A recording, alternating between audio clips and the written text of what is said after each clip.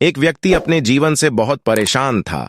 उसके सारे काम बिगड़ गए थे, सफलता उसके हाथ नहीं लग रही थी, घर में हमेशा कलह रहता था। उसे एक मंत्र की आवश्यकता थी जिससे उसके घर की सारी परेशानियां खत्म हो जाएं और वह दुखी रहना बंद कर दे। उसने कई लोगों को बताया, उसने कई ज्ञानी लोगों और कई महान लोगों से एक मंत्र मांगा जिसके जाप से उसकी सारी दुविधाएं और सारे दुख दूर हो जाएं। उन ज्ञानी लोगों ने, उन महान लोगों ने उसे कई मंत्र दिए। उसने हर मंत्र आजमाया भी। मंत्र से उसे लगा कि अब सब ठीक हो जाएगा, लेकिन कुछ भी ठीक नहीं हो रहा था। तभी उस व्यक्ति ने गुरु के बारे में सुना। उसने सुना कि गुरु सबके दुख हर लेते हैं, तो उसने गुरु से मिलने और उनसे ही मंत्र लेने की सोची। अपने दुख दूर करने के लिए वह गुरु की तलाश में एक जंगल में गया और जंगल में उसे एक आश्रम दिखाई दिया। वहां उसने गुरु से मुलाकात की और कहा, गुरुदेव, मैं बहुत दुखी हूं, मेरे दुख दूर करो। इस संसार में सभी एक हैं। आप किसी से भी ज्यादा दुखी हो, आप इतने दुखी हो, मैं किसी से भी ज्यादा दुखी हूं। मुझसे ज्यादा दुखी आपको इस पूरी दुनिया में कोई नहीं मिलेगा। आप मुझसे क्या चाहते हो? बस एक छोटी सी चीज गुरुदेव, ऐसा मंत्र कि इसे पढ़ते ही मेरे सारे दुख दूर हो जाएं। मंत्र ऐसे नहीं मिलता, इसके लिए आपको कुछ करना पड़ता है। अगर मैं आपसे कुछ करने को कहूं तो क्या आप करेंगे? और जैसा मैं कहूंगा वैसा ही आपको करना पड़ेगा। हाँ बिल्कुल गुरुदेव, आप जैसा कहेंगे वैसा ही मैं करूंगा। रीति रिवाज जो भी कहेंगे, मैं सारे कर्मकांड करूंगा। मैं सारे हवन और पूजा पाठ करूंगा गुरुदेव, मैं कुछ भी नहीं छोड़ूंगा। ये बहुत ही सरल चीजें हैं। मंत्र पाने के लिए आपको बहुत मेहनत करनी पड़ती है। क्या आप करेंगे गुरुदेव? तुम क्या कहना चाहते हो? क्या मुझे जलते अंगारों पर चलना है? नहीं नहीं, मैं इतना आसान काम भी नहीं करना चाहता। मुझे नहीं पता गुरुदेव मुझसे क्या करवाने वाले हैं। उन्हें तो सब आसान लगता है, तो इसमें इतनी क्या मुश्किल है गुरुदेव? तुम मुझे क्यों नहीं बताते कि मुझे क्या करना है? मैं सब कुछ करूंगा। जैसे तुम अपने घर से यहां आए हो, वैसे ही तुम्हें यहां से अपने घर आना है। मुझे मन में यह कहते हुए जाना है कि मैं बहुत खुश हूं, मैं बहुत खुश हूं, मैं बहुत खुश हूं। बस गुरुदेव यही करना सही है, तो मैं इसे ऐसे ही करूंगा। रुको, जब तक तुम अपने मन में यह दोहरा रहे हो, बस पूरी बात सुन लो। तब तुम्हारे मन में बंदर का विचार नहीं आना चाहिए, और अगर बंदर का विचार मन में आ गया तो सब बेकार हो जाएगा। अरे गुरुदेव, इसकी चिंता मत करो, मैं यह काम बहुत आसानी से कर लूंगा। वह व्यक्ति यह कहकर वहां से चला गया। आश्रम से निकलते ही वह मन ही मन कहने लगा कि मैं बहुत खुश हूं, मैं बहुत खुश हूं। लेकिन यह कहते ही उसके मन में बंदर का ख्याल आ गया।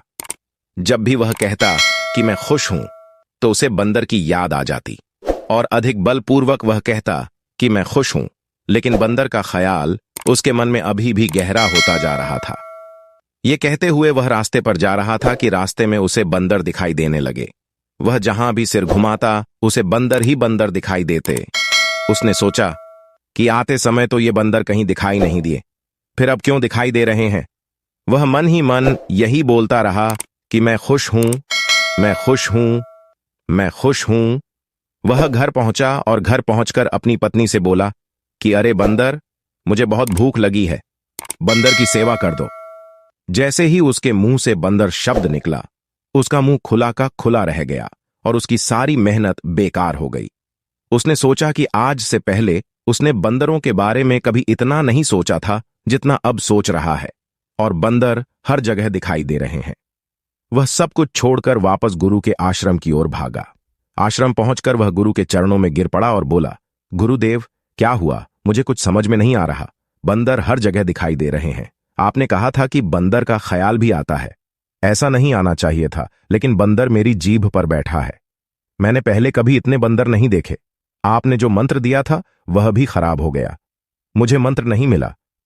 गुरुदेव, आपको मंत्र मिल गया है, बस आपको उसका प्रयोग करना सीखना है। गुरुदेव, मैं इसे आपके कहे अनुसार पूरा नहीं कर पाया, फिर मंत्र कैसे काम करेगा? पहले आप इस मंत्र को समझिए। अगर आप इसे ठीक से समझ गए तो यह मंत्र आपके लिए हमेशा काम करेगा। गुरुदेव, जल्दी से समझाइए, मैं समझने के लिए तैयार हूं। लेकिन समझने से पहले याद रखिए कि आपके मन में बंदर का ख्याल नहीं आना चाहिए। गुरुदेव, मुझे आपके पीछे सिर्फ एक बंदर ही दिखाई दे रहा है। हमारा मन ही हमारा मंत्र है। हमारे साथ भी वही होगा जो हमारे मन की गहराई में चल रहा होगा। जैसे जब आप पहली बार इस आश्रम की तरफ आए थे तो आपने बंदर नहीं देखे थे, और अगर आपने कुछ बंदर देखे भी होंगे तो आपने उन पर ध्यान नहीं दिया होगा, क्योंकि आपके मन की गहराई में बंदर थे ही नहीं। लेकिन जब आप यहां से वापस गए तो आपके मन में जो था वो गहराई में होना चाहिए था, यानी आपकी जुबान पर था, यानी मैं खुश हूं, लेकिन वो मन की गहराई में नहीं था। आप जिस चीज से बचना चाहते हैं वो मन की गहराई में पहुंच जाती है। अगर आप बंदर से बचना चाहते हैं तो बंदर आपके मन की गहराई में है। आप बैठ गए, इसीलिए आपको सड़क पर मौजूद हर बंदर दिखाई दिया, और जहां बंदर नहीं था, जैसे आपकी पत्नी में, आपके खाने में, और शायद आप मुझ में भी बंदर देख सकते हैं। अगर आपके मन की गहराई में यह मंत्र है कि मैं दुखी हूं, अगर मेरे पास कम है, तो चाहे आपके पास कितना भी सुख क्यों ना हो, आप उसमें दुख पैदा करेंगे और हमेशा यही कहेंगे कि मैं दुखी हूं, मेरे पास कम है। इसके विपरीत अगर किसी के मन में यह विचार गहराई में है कि मेरे पास कम है, बहुत है और मैं खुश हूं, इसलिए अगर उसके पास कम चीजें भी हैं, अगर वह दुखी भी होता है, तो उसमें भी वह सुख पैदा करेगा। आपने देखा कि अगर 36 तरह के भोजन हो तो भी कोई दुखी हो सकता है, और किसी के पास सिर्फ 2 सूखी रोटी हो सकती है। अगर उसे वह मिल जाए तो उसमें भी उसे सुख मिल जाता है, जैसे आपको बंदर मिल गए। अब आप समझ गए कि आप इस मंत्र को कैसे सिद्ध करेंगे गुरुदेव। मैं समझ गया कि हमारा निरंतर चिंतन हमारे मन के अंदर बस जाता है। मैं लगातार शब्दों का उच्चारण करता हूं। मैं मुंह से तो कर रहा था, पर मेरे विचार तो बंदरों पर ही थे, तो मुझे वही मिला। इसी तरह मैं सुख चाहता हूं, पर मेरे विचार दुहक में ही तैरते रहते हैं। मेरा धन कम लगता है, मैं हमेशा विपरीत दिशा में सोचता रहता हूं गुरुदेव।